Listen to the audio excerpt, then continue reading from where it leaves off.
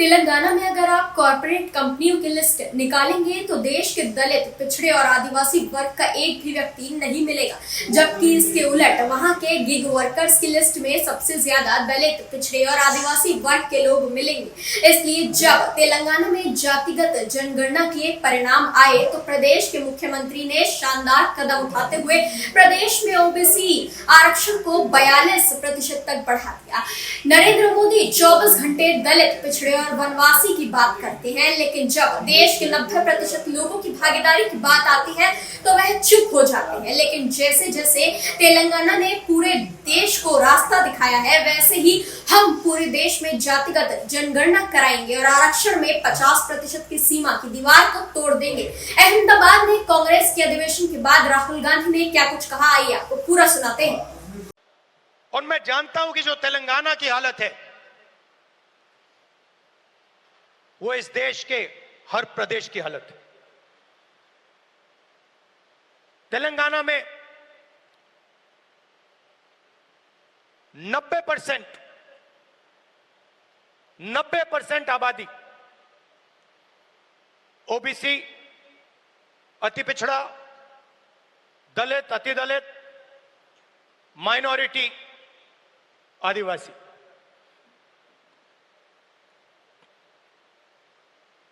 तेलंगाना का corporate sector देखिए, मालिकों की लिस्ट, सीईओज की लिस्ट, सीनियर मैनेजमेंट की लिस्ट,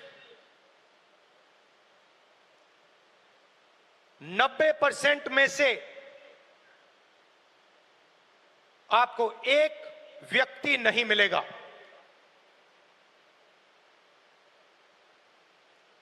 90% की भागीदारी तेलंगाना के कॉर्पोरेट सेक्टर में है ही नहीं।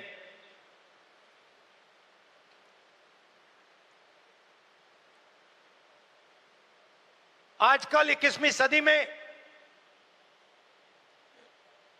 मजदूर को गिग वर्कर कहा जाता है। वो घरों में खाना ले जाते हैं, घरों में खाना पकाते हैं, पिज्जा ले जाते हैं, अमेज़न की डिलीवरी ले जाते हैं, धूप में ले जाते हैं, सड़क पे मरते हैं। तेलंगाना में उनकी लिस्ट निकाली, सारे के सारे या ओबीसी या दलित या आदिवासी। अब तेलंगाना में जाति जनगणना ने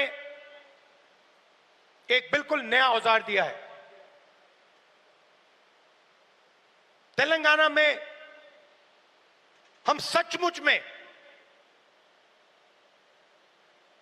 विकास का काम कर सकते हैं। तेलंगाना में हम पिन पॉइंट एक्यूरेसी के साथ भागीदारी के बारे में हर सेक्टर में आपको बता सकते हैं। और मैं खुश हुआ कि जाति जनगणना होने के एकदम बाद हमारे चीफ मिनिस्टर ने और हमारी टीम ने ओबीसी रिजर्वेशन को 42% तक पहुंचा दिया है।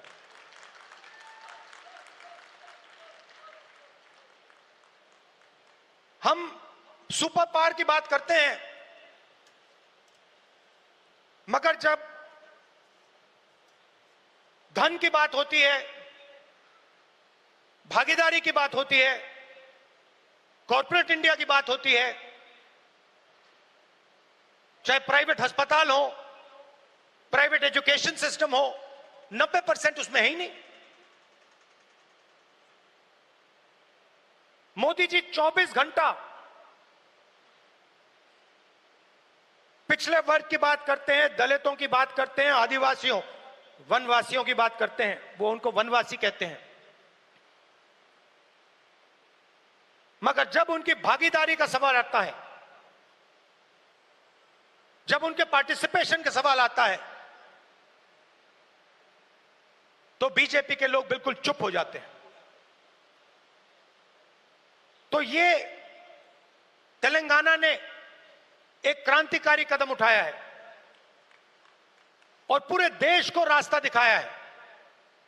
और मैं फिर से दोहरा के कह रहा हूं, इस स्टेज से आप सब के साथ कह रहा हूं कि 50% की जो दीवार है इसको हम पूरे देश में तोड़ के परे कर देंगे।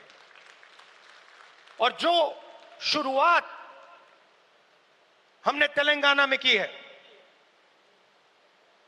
वो ही हम दिल्ली में पूरे हिंदुस्तान के लिए करने जा रहे हैं।